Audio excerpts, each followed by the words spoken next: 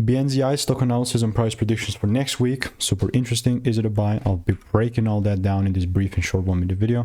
And as the only guy in the space with a track record of 44,000 videos and 5 years of experience of seeing what's working for me and what's not. So let me tell you this. It's a solid bearish market, bearish range and all that jazz. It's just I'm not going to randomly sell. I know it's pumping up now. 33% it's up is not small. But it's only really going to be bearish if I see this double break taking place. If I do not see that happening, then I'm not going to be selling, right?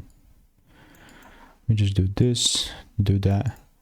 And all I'm further looking to do in the meantime is I'm just waiting for rules to be met. With BNZI, I've also got a bunch of receipts here as well. Like I'm talking one result here, so that's that. So if you want to stay tuned and get free money making emails and insights, click the first link in the description and I will continue to keep you updated. So goodbye and enjoy, and there's really nothing else that I'll be adding. Cheers. It's free.